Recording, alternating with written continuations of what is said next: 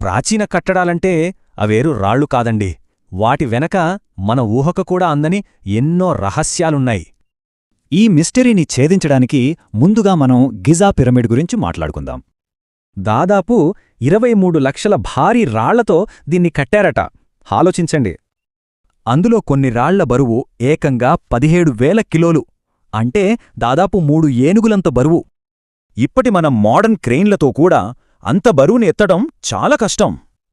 ఇంతేకాదు, ఆ రాళ్ల మధ్య కనీసం ఒక వెంట్రుక కూడా దూరేంత సందు కూడా లేదు. అంత పర్ఫెక్ట్గా సెట్ చేశారు. మరి ఇంత అసాధ్యమైన పనిని వాళ్ళు ఎలా చేశారు? ఏలియన్ సహాయం తీసుకున్నారా? ఆశ్చర్యం ఏంటంటే, ఒకరితో ఒకరికి సంబంధం లేని కాలంలోనే ప్రపంచం అంతటా ఇలాంటి పిరమిడ్లు కనిపించాయి. కొన్ని పిరమిడ్లు లోపల అయితే విమానాలు, ఏలియన్స్ లాంటి చిత్రాలు కూడా చెక్కున్నాయి. అంతేకాదు, మార్స్ నుంచి వచ్చానన్న బోరిస్కా అనే అబ్బాయి స్పింక్స్లో ఒక రహస్య మార్గముందని కూడా చెప్పాడు.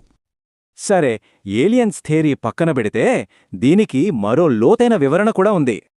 అదే సూక్ష్మం నుండి స్థూల సృష్టి అనే కాన్సెప్ట్. అంటే మొదట ఆలోచన రూపంలో సృష్టించి తర్వాత దానికి భౌతిక రూపం ఇవ్వటం. మన పురాణాల్లోని ద్వారకా నగరాన్ని కూడా ఇలాగే నిర్మించారని అంటారు. ఆలోచన నుంచి నేరుగా నగరంగా. మన కైలాస దేవాలయం కూడా అంతే. ఒకే కొండను పైనుంచి కిందికి తొలిచారు. ఇది అసాధ్యం కదా? మరి ఈ ఉన్నత సహాయమనేది కేవలం కట్టడాలకే పరిమితమా, లేక మనుషులకి కూడా వర్తిస్తుందా? అంటే గొప్ప మేధావులకి ప్రేరణ, జ్ఞానం ఉన్నత లోకాల నుంచి అందుతాయని నమ్ముతారు.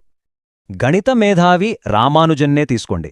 ఆయనకు కలలో దేవతే సూత్రాలు చెప్పిందనే అనేవారు. స్టీఫెన్ హాకింగ్ విషయంలో కూడా ఇదే జరిగిందనంటారు. ఆయన మేధస్సు వెనుక కూడా సూక్ష్మలోకం సహాయం ఉందట. సో మొత్తంగా మన ముందు 3 వింతైన వివరణలున్నాయి: ఏలియన్ టెక్నాలజీ, మెటాఫిజికల్ బ్లూప్రింట్ లేదా దైవిక ప్రేరణ. ఇదంతా చూశాక ఒకే ప్రశ్న వస్తుంది: మన విజయాలు నిజంగా మన సొంతమా, లేక తెర వెనుక ఇంకేదైనా శక్తి ఉందా?